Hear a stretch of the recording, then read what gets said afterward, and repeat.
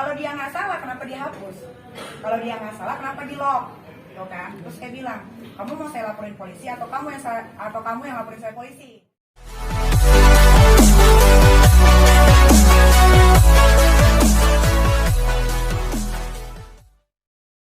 Lagi rame sedikit Ya, laporan yang di Demak ya. Jadi gini, tadinya kan saya nggak mau cerita nih masalah yang ini karena ternyata Tuhan maha baik. Jadi dia sendiri yang membuka sendiri aibnya ya. Dulu bulan Maret saya ulang tahun, di tanggal 18 saya dikirimin bunga papan besar banget. Dia mengatasnamakan seseorang yang sedang berkasus hukum. Padahal saya tidak pernah kenal orang tersebut, ya kan? Dikirimin. Saya masih diam, ya kan? Saya pikir ya udahlah, mungkin orang-orang iseng aja mau ngetes gitu kan kekuatan bagaimana. Udah sering berjalannya waktu, ada lagi teror-teror berikutnya yang saya dapatkan sendiri secara pribadi sampai ke area rumah saya, sampai ke manajer saya diintilin, diteror, sahabat-sahabat dekat saya pun diteror. Tapi saya masih diam, padahal kalau teror itu saya mau laporkan ke polisi bisa banget gitu kan. Tapi saya pikir kayak kalau saya meladeni dia itu yang mereka mau gitu kan. Saya diam. Jadi salah satu pekerja di rumah saya itu tahu betul orang ini yang melaporkan saya yang di polisi Demak, tahu betul siapa ini orang.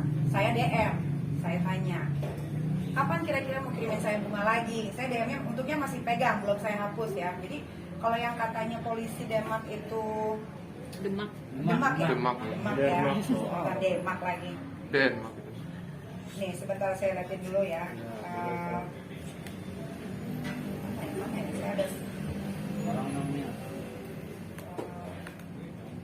Nah, katanya kan pencemaran nama baik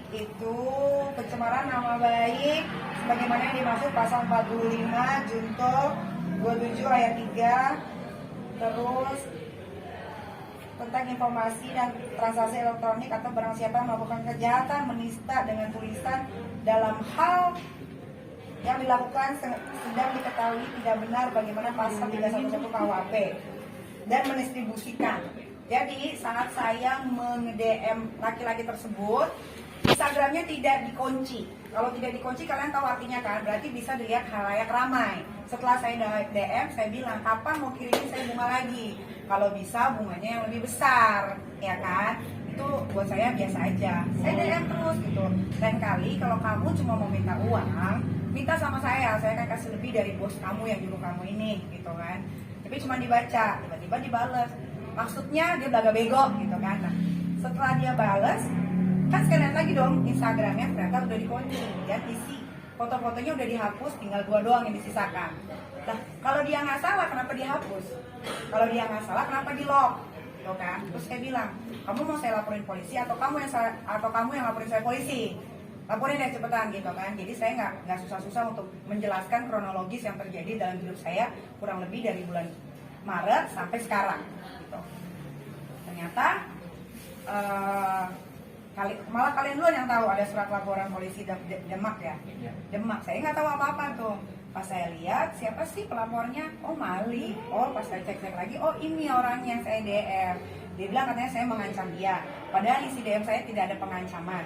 Dia bilang katanya mencemarkan nama baik. Saya ada posting memang foto dia, tapi hanya posting saja, tidak ada kata-kata. Jadi di mana pasal pencemaran nama baik undang-undang ITE-nya? Saya tahu kok siapa yang bermain di belakangnya dia. Ada babi air sama ibu betina, ya. Yang saya tidak bisa sebutin namanya. Kecuali itu orang sudah benar-benar ngajakin saya perang, saya akan ungkapkan semuanya.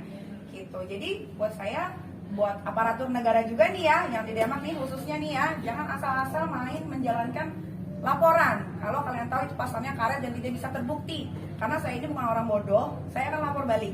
Gitu. Nah kebetulan juga saya sudah mengumpulkan saksi yang memang tahu sekali jelas.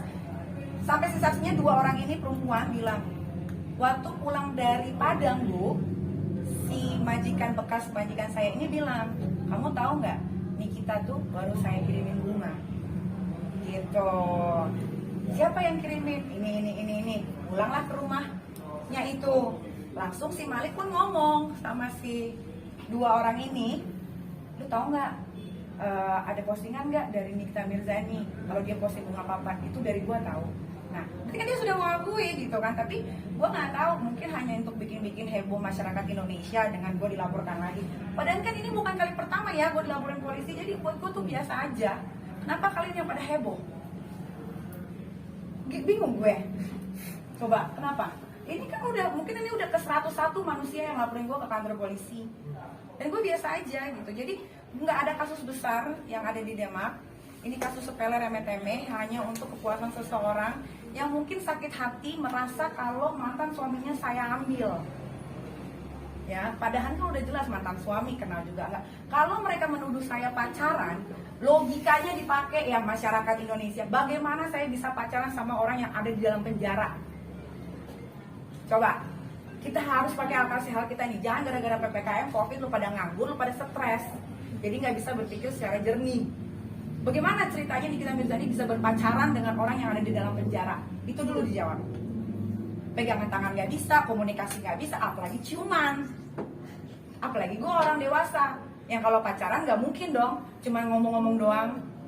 Gitu. Apalagi Terus ini kabarnya kalau panggilan pertama kan nggak datang, terus kedua, ketiga katanya akan dijemput paksa. jemput aja, kalau bisa jemput gue pakai private jet. Puas nggak? Karena yang laporin gue kan seolah orang kaya, punya private jet, padahal itu sewaan, udah gue cek semua. Jemput dong gue pakai private jet. Mantan manajer gue aja bisa kok naik private jetnya dia, masa gue enggak? Gitu. Lagi Ini akan nunggu atau mengambil tindakan hukum? tidak penting untuk saya tanggapi laporan ini, ya.